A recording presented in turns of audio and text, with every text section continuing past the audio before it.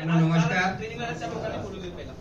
माझं जामोहन बाजीराव इंगोले, राहणार वाशिम, विदर्भामधून आलो. मित्रांनो, सर्वप्रथम आमचे माने सर यांना खरंच साष्टांग नमस्कार घालील, कारण मागच्या 6 महिन्यापासून ते माझा फॉलोअप घेत आहेत. मी सुद्धा एका वेलनेस सेक्टर मध्ये काम करतोय. गुडघ्याचं, कमराचं आणि मणक्याचं जे दुखणं असतं या सेक्टर मध्ये मी सुद्धा काम करतोय.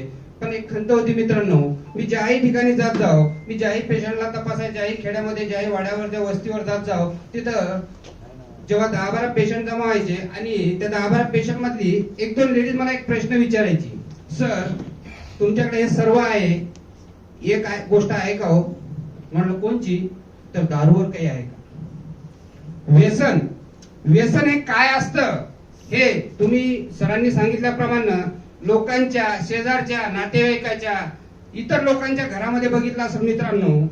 परंतु मी व्यसन काय हे जेव्हा जन्म झाला तेव्हापासून तर वडील वारेपर्यंत अनुभव.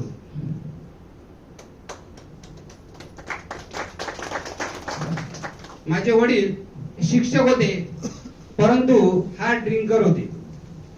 सकाळी उठल्यापासून तर रात्री झोपेपर्यंत त्यांना दारू लागायची.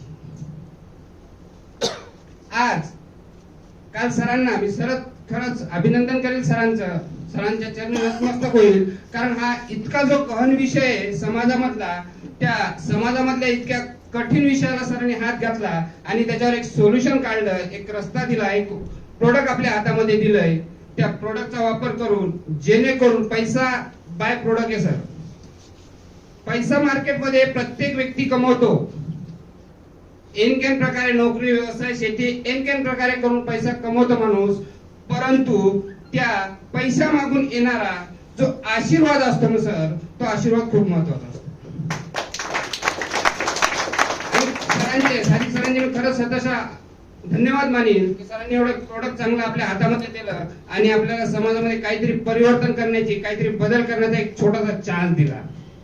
तर मित्रांनो, मुद्दा हा आहे की जन्मतापासून मी व्यसन बघितलंय. पहिल्या वर्गात, दुसऱ्या वर्गात, तिसऱ्या वर्गात असताना मित्रांनो सांगावं नाही, कारण आई आणि वडील देवासमक्ष असतात, परंतु नाईलाज आहे, कारण समाजामध्ये काही काही गोष्टी ज्या घडलेल्या असतात त्या समाजाच्या समोर जर नाही आल्या तर त्याचे होणारे दुष्परिणाम सुद्धा समोर येत नाहीत. म्हणून सांगतोय, वयाच्या वर्गात 3ऱ्या-4थ्या वर्गात असताना स्वतः वडिलांना दारू आणून दिलेली आहे. जेव्हा ही ऍड मी सरांची बघितली होती फेसबुकवर, तेव्हा मी सरांना कॉल केला होता. मी सुद्धा वेलनेस मध्ये काम करतोय. मी सांगतोय, मी जवळपास 2012 पासून नेटवर्क मार्केटिंग करतोय. 2012 ते 18 पर्यंत मी मार्केटिंग केली मित्रांनो. नंतर मार्केटिंग मध्ये काय आहे आणि काय नाही हे समजल्यानंतर त्याला थोडा रामराम केला.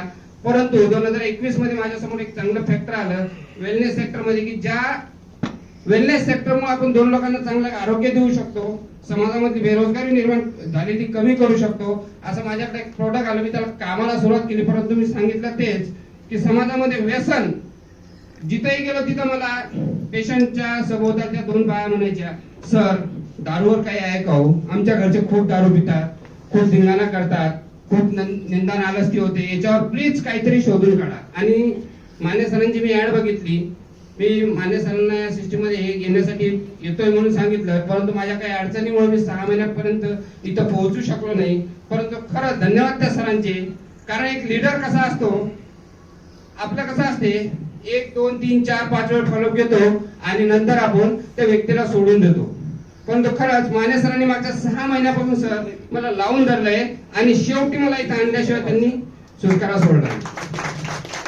तर मित्रांनो, खरंच व्यसन हे समाजामधलं खूप वाईट आहे. मी व्यसन स्वतः बघितलं, मला व्यसनाची दुर्दशा काय असते हे पण मी बघितलं आणि मला याच्यामध्ये काम करण्यासाठी खूप आनंद होईल, हेच मी सांगण्यासाठी इथपर्यंत आलोय. नमस्कार.